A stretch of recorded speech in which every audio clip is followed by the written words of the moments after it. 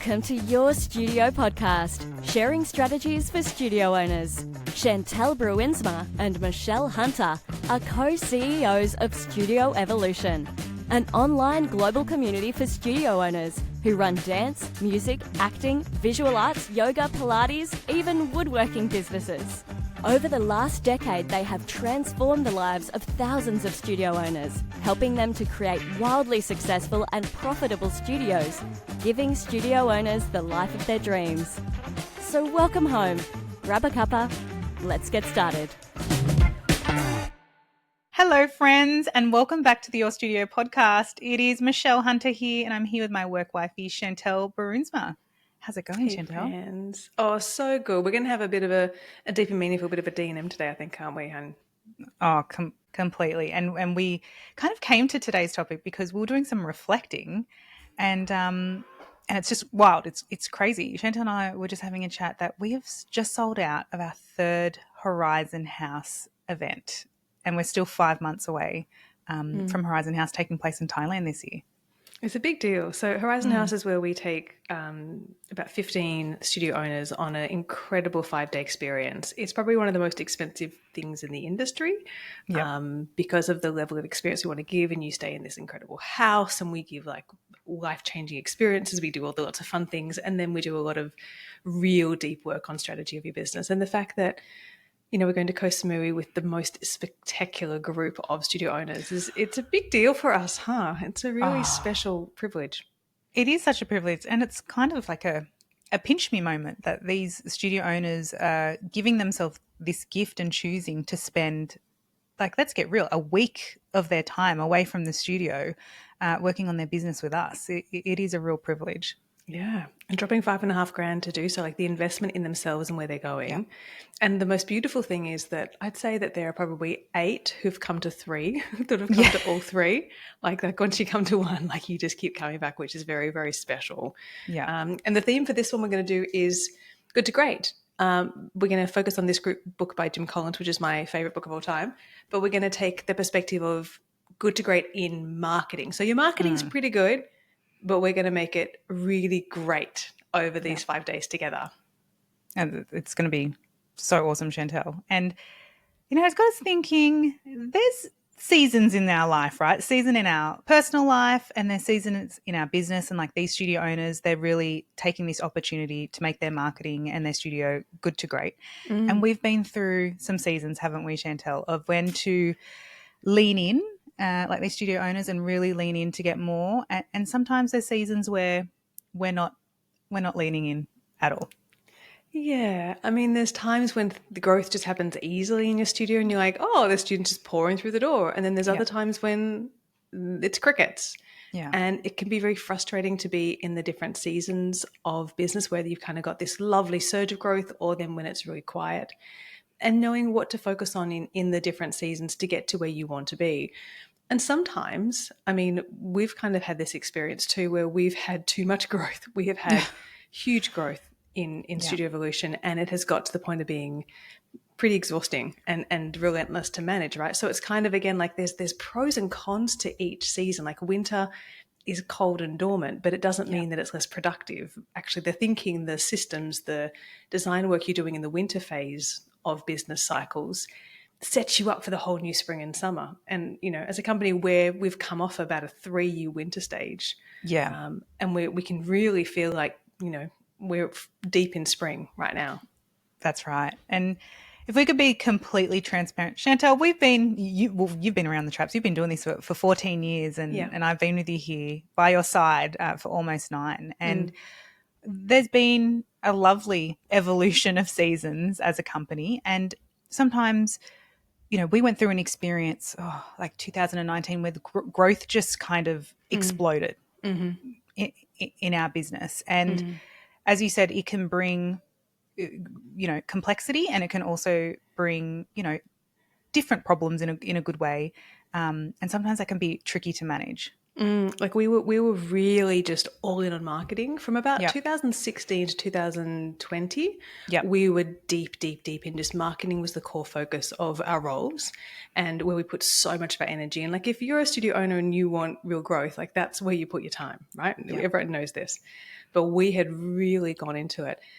And then I remember that I took the team. We'd kicked some major goals. I took the whole team to Hawaii for a team retreat, and we were there mapping out the calendar for the year ahead. Who knew at that stage what was going to happen in 2020, right? Yeah, right. Like 6 weeks later. Funny now, but we were mapping out the whole calendar for the year and like just doing the kind of, marketing things here, and delivery things here, and courses here, and doing this and that.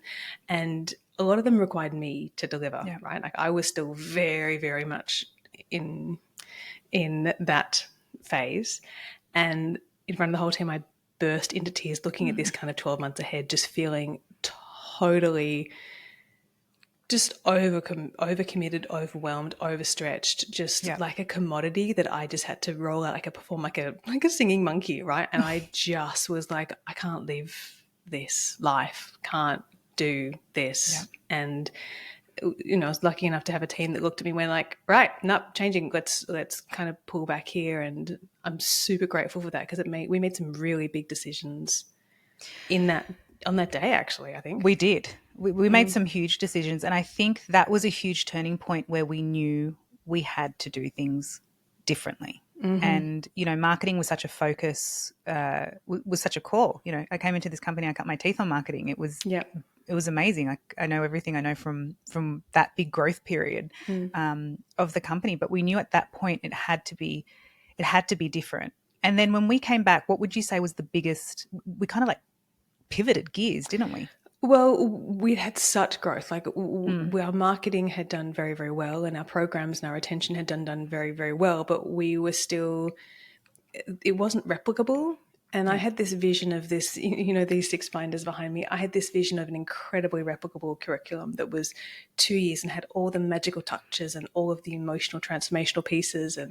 But really systemizing that became the focus, because if I knew that if I could really get a structure that was going to work incredibly effectively, it would give such spaciousness for the entire team. They could run it with confidence. We were certain on the outcomes that our students would get once they graduated. And so we kind of pivoted from being very externally focused on marketing to really I put a lot of my effort into internally building the systems and the processes and the curriculum and all the kind of elements that go into that to make this business just rock solid. And so classic it wasn't less work, but I just kind of pivoted, I'd say, in some areas, right? It was the same kind of level of work, and then you just pivoted inwards. And what was, let's be real about our relationship. For me, I was so, I work in a lot of, managing the team and the marketing. And at that time that was really confronting, right? Because you went from this marketing machine to external, and then you're like, Michelle, I have to get this right. This is the baby.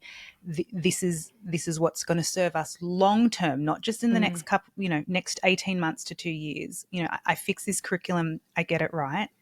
It can be running beautifully. We will then have more spaciousness to return to more marketing, and it's sustainable and it gets results. And it was kind of you had to, because some of us were like, oh, Chantelle, it's a lot. You're doing a lot. But if you fast forward now to where we are, yes, it has been the biggest gift to the company, was focusing on those 6 binders right behind you. Well, I knew that because you cannot sustain perpetual growth without, it's you can't have growth without growth in systems. Otherwise it all goes like a house of cards and goes to shit. And you guys know businesses that have grown really quickly, but their retention is terrible, their onboarding is terrible, their team dynamic is terrible. I'm like, we have to sort this out now. Otherwise it's not going to be a long-term sustainable company. And if we're going to do it, we get to do it bloody right. And so I felt it was worthwhile pivoting gears. And the funny thing, we made that decision, right? And then 2020 was the biggest year ever for our company. We doubled in 2020. We served so many studios during COVID, and we kind of just really supported the industry. We had this massive growth that was, again, tricky to navigate because it requires so much to make sure everyone's experience is really good. That was tricky too. That is really tricky. And what was the cost of that? Like, you know, it's This wasn't small. it wasn't small. No, I mean, like, let's also kind of put into context that I had my second child in September 2020. So I was pregnant, kind of, you know, really serving. But so, you know, when she was born, the awesome kind of thing was, I mean, I had built such strong systems by this point. Yeah. And in the kind of probably the 2 years after that, like when she was about one, by the time she was about 1 year old, everything was really dialed in. Like the systems for delivery were set. And there came a point when I think I was just so burnt out from my youngest didn't sleep. She had some medical situations and she didn't sleep more than 2.5 hours for 3.5 years. If you see these lines here, that's from the past 4 years of my life. But what was the best thing was that I was able to really step back and just heal and kind of reset not only my values perspective, but just like priorities here. And the business has been rock solid. Our revenue has been rock solid. And I have worked a fraction of what I used to work, and the company has been rock solid. So I am someone who has lived experience of when you take the time to build the systems, to build the structures, to build the team, that means you get freedom. And now it's kind of fun. Like we've sorted out my daughter's sleep. She's doing so well in her health. And we're on this really kind of new chapter of stepping into external marketing. And right, like we're really kind of on a ramp up stage there. We've got a full-time marketing manager because everything's so stable. The company and the team are so set that we can now go to a whole other phase of growth with confidence. And that's the difference. And it's completely different. And when we talked about the seasons, right, like the beginning was a season of lots of marketing, lots of momentum. And then there was a season, as you said, you had to heal and rest. We were really fortunate that from that early momentum, it sustained us. So, you know, there's times when you're not going to always be going in full tilt ahead and you physically can't. But what you do in certain seasons, and if you handle it, you know, well, you can let those foundations and systems continue and that growth that you had at the beginning sustain you. Yeah, for sure. Like if you really kind of can get to a point where you have really stepped your marketing up to a very good presence in your community, like I would say that in the industry, our positioning has been so strong and we had 4 years that were just like absolutely off the charts, right? Yep. And then we had 4 years where I kind of wasn't able to sustain that. And it was a good thing to do that too, right? That was the best thing for me. It's been wonderful. It was the best thing. But those 4 years have carried us, right? So again, like this is the seasonality. Like you have to catch your breath, particularly as women. We are cyclical beings, right? There's kind of there's peak seasons and there's kind of rest seasons, and it's fun to be in a flow where you can really step into, okay, where are we going now? What is this place? And I have to acknowledge you, Michelle, and the whole home team. You guys gave me the space to rest. Like I did need it. I did need it, and you didn't put any pressure on me. You really needed it. There was no other. There was no other. I wasn't going to push you back in any capacity, and you know that's what any friend would do. I mean, I remember that Tuesday. It was a Tuesday afternoon, and I kind of had a bit of a breakdown earlier that day, and it had been a rough kind of couple of months. But I was just kind of like really struggling with sleep deprivation and like some mental health things. And I called you at 2:00 and said, like, I can't work. I can't do this. And there was no handover. There was no planning spreadsheet. There was no pre-recording of marketing materials. There was no briefing of the team, what we're going to do with clients. I literally was like, I'm not able to work. Yep. And Michelle, you just ran the company for 6 months. I just kind of had to go and do my thing and get my shit together. And you just took it on, which is, again, just I still can't quite fathom how you did that. It would have been so tricky. I would do it today. I did it yesterday. I would do it tomorrow. But you know what? Wifey. I have to look at that. That was a huge leadership piece for me as well. I grew so much as a person and as a leader in that 6 months, and it was a real opportunity. The team was so united. Like, we were so united in loving you and wanting to support you to come back to do what you love, but in your time. So we really just united as a team, and the team just made it really effortless to do. Yeah. Sure, there were crunchy moments, but it really was an opportunity for me to step up as well within the company. And this was before I became a co-owner. So it was, I was general manager at the time. So it was a real growth opportunity for me as well. Yeah, I mean, how you were so generous in that time was no small kind of contributor to, like, I want to just do this with you. I don't want to do it alone. And I think that was probably the biggest shift for me afterwards, is, again, and having been through that experience, having got to absolute rock bottom of, can I do this? I don't think I can do this anymore. Like, it's too much. It's too big. The team's too big. There's too much on my shoulders. And I grappled with, I don't even know if I can do my job anymore for a good 6 months. Like, I was like, I don't think I've got it in me. I'm not leading to the level I need to be leading at. My team deserve better. Like, all of that real deep soul searching of, can I do this? Do I want to do this? Am I able to do this? Like, when you're in a really hard time, it's hard to kind of, see the forest for the trees. Oh, for sure. And then there was that moment, that one morning where I woke up like, what if I ran it with Michelle? And it was like, and it was the greatest thing ever. But we had to really get to a place of now finding equilibrium in the internal and the external. I think that we're in a good spot for that now. We are. We are. And Chantelle, if you've got a studio out there listening to this, because I know that they've either grown too quickly or they're in that season of the winter. Yeah. And they're in the depths of it. What advice do you have, or, of just holding on? Of holding on. Do you know what's interesting? As you say that, I kind of tend to think my advice is to not hold on in a particular way. like stay with me, stay with me. So when we're holding on, it's because we've done things in a particular way for so long that we've been used to doing them. And I had to get to the point of being able to let go and not hold on to how I'd been doing them, and to shift my entire relationship with what work gets done and who does it. And I had to kind of, right? So that's big. It was not holding on. It was, I had to fucking learn to let go, something that my personality has not found easy.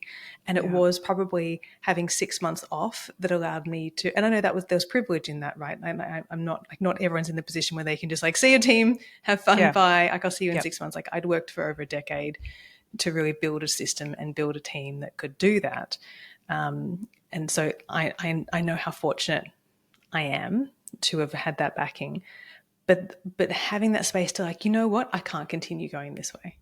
I cannot continue delivering in this way. It's not sustainable. So just let it go. Like, and that's when the creativity comes. That's when the permission piece. Oh, we could do it this way. Oh, that person could help with that. Oh, I could run it with Michelle. Oh, I probably don't even need to do that. But it doesn't even matter doing it that way. Like, it's just like, we got to shed that old identity of, like, the over delivery, the over responsibility, kind of find the cleanliness and the freedom and the space in how you can do it in a new way. And that's what I worked really hard to be able to get to do. You did. And it's actually been revolutionary to the company, and how you've come back and how we approach things. And it's hard, though. It's hard getting rid of all that conditioning. It's deep work. It's deep work to let it go. It is really deep. And, like, I guess from your perspective, like, when you are seeing, a studio owner, let's say, who is kind of giving it their all, but just doesn't seem to be getting any traction, right? Like, that kind of feeling of, like, you see this, they're just putting everything in, they're putting everything in. What do you think, Michelle? Like, from what I've just said, like, what else do you think is actually really important to giving them that new start? Well, there's one thing I know with studio owners, and when we speak to a lot of them, they feel extremely isolated. And there's, they often either have a partner or, close family and friends who are on that journey with them, but don't, like, truly understand, Don't get it. what they go through when they say like such a situation that's so specific to being a studio owner, their loved ones with all good intentions, like, yeah, but I don't think they truly get it. And where I've seen how to let go of a lot of that conditioning is I think it's like coming together in community with people who understand and get you and can help you do some of that work, because that's where we've seen some of the biggest transformations. I know a lot of studio owners who are still operating in isolation and not being connected in some way, and it's hard, and they're on that, on that hamster wheel, and you just keep on going. Tough. And it's really hard to break that cycle because it's confronting. It's confronting to do the deep work, and it's hard to trust and to go into community of finding like-minded people who actually understand you. And the worst thing about this whole situation is that it's us, right? It's kind of like the mirror. It's like when you have to hold up a mirror to go like how I am relating to this business, how I am setting the own structures, how I am creating my own kind of constraints and like doing things manually and not using a lot of automation, how I'm kind of resisting delegating. Like we keep ourselves chained, right? And I'm totally guilty of that. It's funny at the moment. So in these companions, each one has 6 massively designed strategic companions, like 6 kind of strategy handbooks, if you will, in each of these binders. They're not just empty. They're chock-a-block full of stuff, right? Like there's this much. And so I've written 6 of them and I wrote them all. But now we're doing some tweaks and it's only been like this year that I've delegated all of that process and our team's done it. And fuck, they've done a great job. They have Amazing just job. Absolutely. I'm so in awe of it. And I was like, Chantelle, you could have done this like 4 years ago. But I didn't get there, right? I wasn't there yet. Right. I wasn't there yet. Yep. Baby Chantelle didn't know how to kind of fully let go of something that I cared about so much. So deeply. And it's because you care. And it's because they care as well. Studio owners love so much, right? And it's hard when someone holds a mirror and shows you that there is another way, that there is another way. And you know what's fascinating, Chantelle? Like we're so privileged that we get to work together, right? So we are like constantly bouncing and holding a mirror. And before we became co-owners, when it was really fascinating, I used to say, I know when Chantelle had been in connection with her like mastermind group or, little business bestie group, because you would come back sparkly eyed and full of ideas of what other way could it be? Yeah. And I think there's something really valuable in that when you don't have that kind of bouncing ground, and it can sometimes just stay up all in here. So we have a manifesto for Studio Evolution. It's called The Seasons of Evolution. And it's kind of a walkthrough of the process, really, that is transformation. Where our intention, our whole company is called Evolution, and that we will evolve your leadership and your profitability and your systems. Everything is going to evolve into a whole new level of itself. But the first part of the process is called the awakening of potential. And this is where you kind of go like, I had no idea that you could structure your pricing this way. I had no idea that you could do marketing this way and it just works. I had no idea that this system would save me 10 hours a week. I had no idea, like that awakening to, hey, there's another way of doing things, right? And so there's that spark of inspiration, and you need that. And often you need that from an external source. Like the reason you stay stuck on hamster wheels is because there hasn't been that kind of like spark of identifying a new way of doing things. And then we move around. The next season is called The Nourishing of Foundations. And this one isn't as active. It's kind of not as springy. It's more of a winter season. And this is where we actually slow the thinking down and just really make very smart, long-term, sustainable decisions. How is this going to work in 10 years from now? Like if we had, tripled the student volumes, would this process, would this system be able to cater to that? And like, what would be the best solution for this level of growth? Like really getting clear on deep thinking and strategy for the long-term absolute holistic success. And then once you've done that thinking, because like what happens is that people get an idea and they just run. Yeah. and then they run too fast. They're not working on the right things. They've kind of missed big strategic foundations that are really important. So we have to nourish the foundations. We have to make sure that we're like, this is really locked in. And then once you've done nourishing your foundations, then then it's called strides of progress is the next season. And this is like get shit done. Like we go into go mode and we see this transformation of growth in the business. You just start to see this happens here, done, click, damn, bam, because you know what you're doing. You've eliminated all the obstacles. You're not questioning anymore. You're just kind of moving forward. And that's so fulfilling, so rewarding and fulfilling and positive. Yeah. And then the final season, the fourth season, is kind of like the harvest season, if you will. Mm. And so this harvest season is called Ripples of Liberation. And this is where you actually kind of look around and you get to the point of like, oh my gosh, it's just working. Like your attention, because you've kind of worked out a retention strategy, now the students are just retained. And because you've actually done an onboarding process, your word of mouth is just exponentially taking off. And because you've kind of really got the right pricing model, you're profitable for the first time ever. Like we've done the deep thinking and that creates such growth. But you don't get there without the season of winter. You don't get there without the summertime kind of, prolific starts. There's requires change. Mm-hmm. And so adopting that model of thinking for us has actually given me a lot of freedom too. Like it's okay to really slow down. It's okay to rest and reconnect with your why for doing this, for your vision of where we're going to go as well. It's really important. But then also from your perspective, Michelle, I think, how do you relate to that, like in your role? Well, I think it's also giving us the permission as well. It's like this is the opportunity again to lean in as well with momentum, and it's okay to press the go button as well. Like you love a go button. I love a go button. You do. You've got a very good button.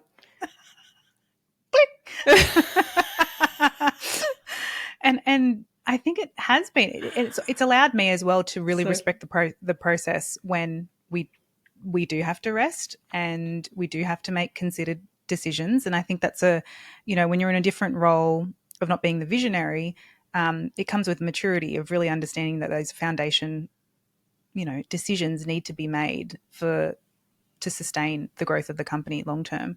And those seasons really allowed me to respect those phases, but then also completely embrace the go button when it's time to go as well. You love the strides of progress. You love it. Yeah, I love strides of progress. I do. But I've also gained a huge respect and understanding for the other seasons as well.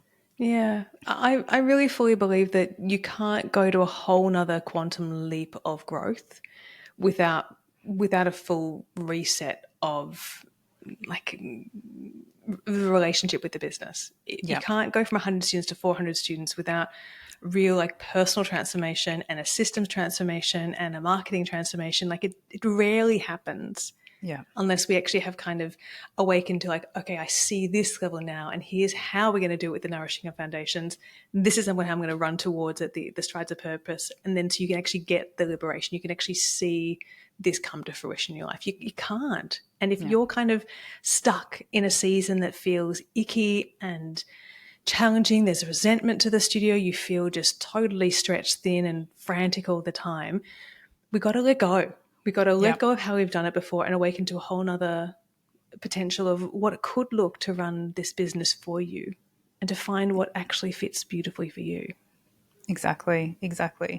And if you want that opportunity to come and, work and meet Chantelle and I in person, Horizon House might not be the forum, but we've actually got an upcoming profit intensive and it's called Elevate. And for 3 days, Chantelle and I are going to be running a profit intensive. And Chantelle, did you want to go into a bit more of the master plan? I'm so excited. Of the profit plan? I want you to make more money. Yeah. And in 3 days, we're going to focus on helping your business be profitable. And I know there's probably already thinking like, cringe, like that sounds absolutely terrifying. But here's the truth.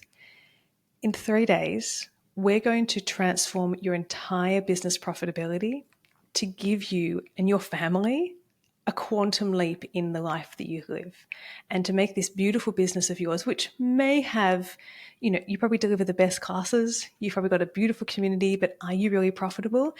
It's possible to have both. And so over 3 days, I'm going to teach you the profit plan and work with you. It's a beautiful kind of small group. We've only got actually, I think, 6 seats left. Yep. I think we're nearly kind of at capacity, friends. So jump in quick. We're going to really make sure that you've got all the foundations you need to have the financial liberation. But many studio owners are just running so much, they haven't had time to really think about profitability. And so it's like, just this hope that my marketing will get more students. What we know for sure is that more students does not equal more profits. No. We've had studios with 1,000 students come to work with us because they're making no profit. They were turning over $1 million in revenue, and how much it was profit? None. They were just breaking even. More students does not equal more profit. We need to absolutely have a strategy for profit, and I want you to have it. And sometimes it's hard to learn this shit on a Zoom call. Sometimes when you're doing this really big, deep work, you just need to sit down and have a chat and actually have someone by your side support you in getting this clarity and what to do in your business. And that's why I'm just so very excited for Elevate. The whole team is coming in. We've got an incredible group of clients, and we're going to get this work connected. It is in New South Wales. We'd love you to attend. So if you want to go to studioevolution.com/elevate, you can grab your ticket, but we do only have a few left. So if you're listening right now, I'd recommend you go and grab it as we speak. And, when I meet a lot of studio owners at these live events, we only do this Elevate once a year, guys. So this is your chance to work with us in person for the 3 days. They said, I've always been sitting on the fence about coming to this 3-day event, and they always say it's life-changing. We even organise a bus. If you're flying into Sydney airport, we've got a bus that takes you down to Peppers. And for those who might be a bit unsure, never been to one of our live events, it is so welcoming. There is no, competition or scarcity when you get there. They're just real studio owners, and they are going to take you in and embrace you, and we're going to take care of you. Great and we're food. really going to, great, amazing food at Peppers. So head to studioevolution.com/elevate, grab your ticket. We would love to work with you in person and just, help you through your seasons. Yeah, that's it, because truly the only difference between the studio owner who is barely scraping by and one who's profitable is just they've got a different plan. Yeah. And in these 3 days, you're going to get a plan for profitability of your business. And if you can learn it this year, the next year you're going to make a whole hell more profit. The year after you're going to make more profit. The year after, just like the compounding. But the sooner you learn this information, the sooner you can transform your business and your family's financial stability. And that is what I really care about and what we are very excited to share with you. It's top level content, deep dive, beautiful fun to be had as well. So thanks for listening, lovely ones. Big chats today, but all real, very real. We'll see you soon. See you next time. Hope to see you at Elevate. Bye. Love what you hear? Make sure to hit subscribe so you don't miss an episode, and leave us a review. Interested in working with us and want to find out more about how we can help you? Head to studioevolution.com/start.